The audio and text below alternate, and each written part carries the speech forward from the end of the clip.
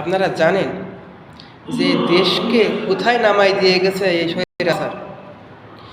দেশের মানুষকে পঙ্গু বানায় থুয়ে গেছে একেবারে স্বৈরাচার। তাই তো আসুন, আমাদের এই দেশের মানুষকে বাঁচাতে হলে, দেশের মানুষকে নতুন করে শান্তি ফিরিয়ে দিতে হলে আমাদের সবাইকে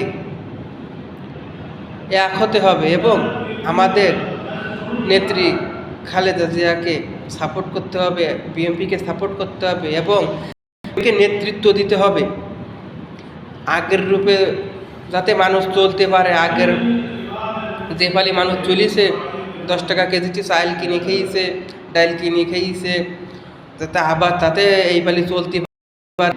এই বিএনপি সরকার ক্ষমতায় এসে আসুন আমরা সবাই এক হয়ে আমাদের বিএনপিকে নেতৃত্ব দিয়ে আমরা পুনরায় আবার দলকে ফিরিয়ে নিয়ে আসবো ইনশাআল্লাহ।